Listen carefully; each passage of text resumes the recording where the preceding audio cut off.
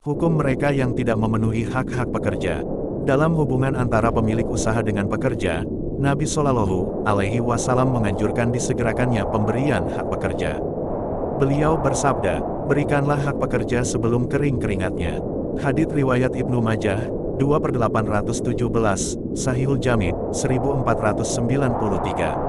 Salah satu bentuk kezaliman di tengah masyarakat muslim adalah tidak memberikan hak-hak para pegawai, pekerja, karyawan atau buruh sesuai dengan yang seharusnya. Bentuk kezaliman itu beragam, di antaranya 1. Sama sekali tidak memberikan hak-hak pekerja, sedang si pekerja tidak memiliki bukti. Dalam hal ini, meskipun si pekerja kehilangan haknya di dunia, tetapi di sisi Allah pada hari kiamat kelak, hak tersebut tidak hilang.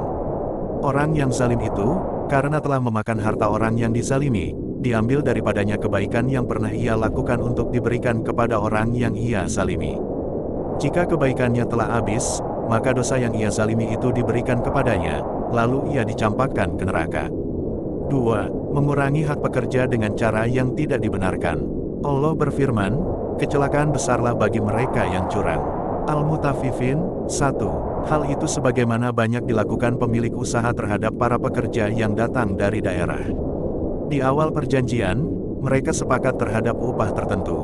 Tetapi, jika si pekerja telah terikat dengan kontrak dan memulai pekerjaannya, pemilik usaha mengubah secara sepihak isi perjanjian lalu mengurangi dan memotong upah pekerjanya dengan berbagai dalih.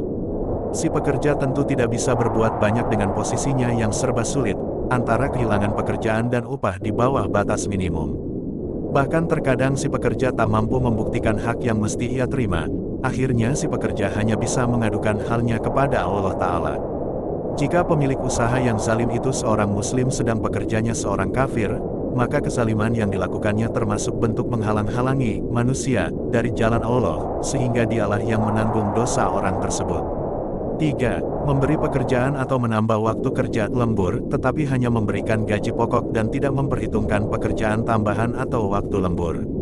4. Mengulur-ulur pembayaran gaji, sehingga tidak memberikan gaji kecuali setelah melalui usaha keras pekerja, baik berupa pengaduan, tagihan hingga usaha lewat pengadilan.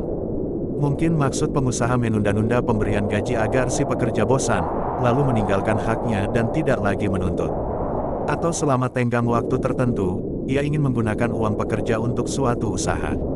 Dan tak mustahil ada yang membungakan uang tersebut, sedang pada saat yang sama, para pengusaha penuh dengan uang yang diribakan itu sementara para pekerja merana tak mendapatkan apa yang dimakan sehari-hari, juga tak bisa mengirim nafkah kepada keluarga dan anak-anaknya yang sangat membutuhkan, padahal demi merekalah para pekerja itu membanting tulang jauh dari negeri orang. Sungguh celakalah orang-orang yang zalim itu. Kelak pada hari kiamat, mereka akan mendapat siksa yang pedih dari Allah. Dalam sebuah riwayat dari Abu Hurairah radhiyallahu anhu disebutkan, Allah Ta'ala berfirman, 3 jenis manusia yang aku menjadi musuhnya kelak pada hari kiamat, laki-laki yang memberi dengan namaku lalu berkhianat, laki-laki yang menjual orang yang merdeka bukan budak lalu memakan harga uang hasil penjualannya dan laki-laki yang mempekerjakan pekerja, yang mana ia memenuhi pekerjaannya, tetapi ia tidak memberikan upahnya. Hadits riwayat Al-Bukhari, lihat Fathul Bari, 4/447.